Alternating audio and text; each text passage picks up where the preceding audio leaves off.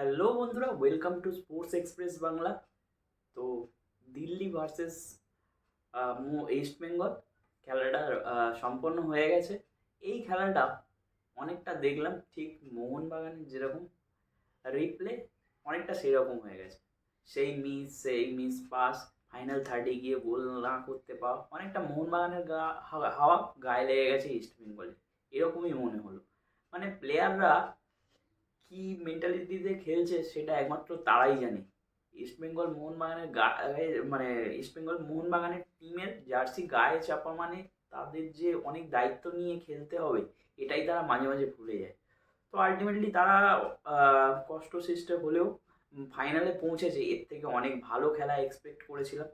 কতগুলো miss final থার্ডে গিয়ে, David miss করেছে, এডমুন্ড মিস করেছে, বিপিন মিস করেছে, সবাই মিস করেছে। মিডফিল্ডে সেই ক্রিয়েটিভিটি দেখতে পাইনি ইস্ট বেঙ্গলের।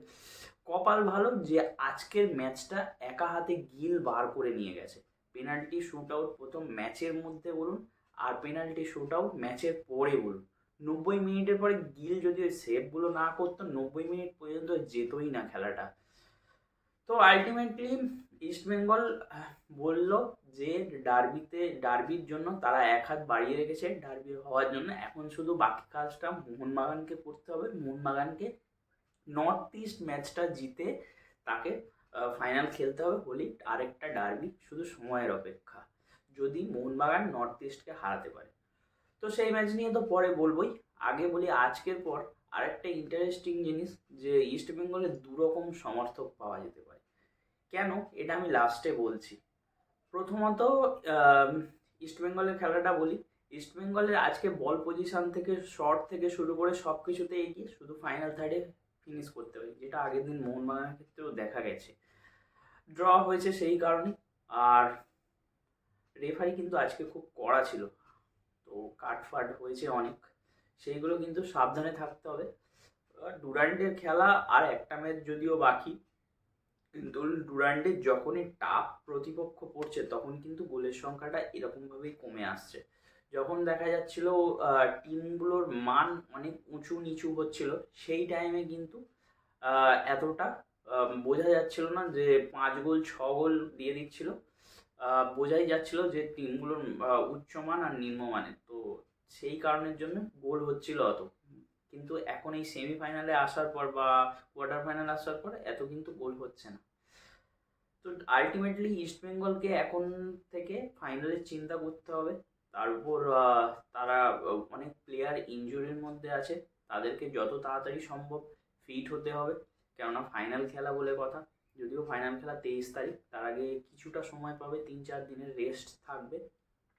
তো এবার বলি মোহনবাগান আর ইস্টবেঙ্গলের সাপোর্টাররা দুভাগে কেন বিভক্ত হবে। একদল চাইবে মোহনবাগান যেন না যায়, আরেক দল চাইবে যেন মোহনবাগান গিয়ে ডার্বির যে প্রথম ম্যাচ হারে সেটার প্রতিশোধ নিতে।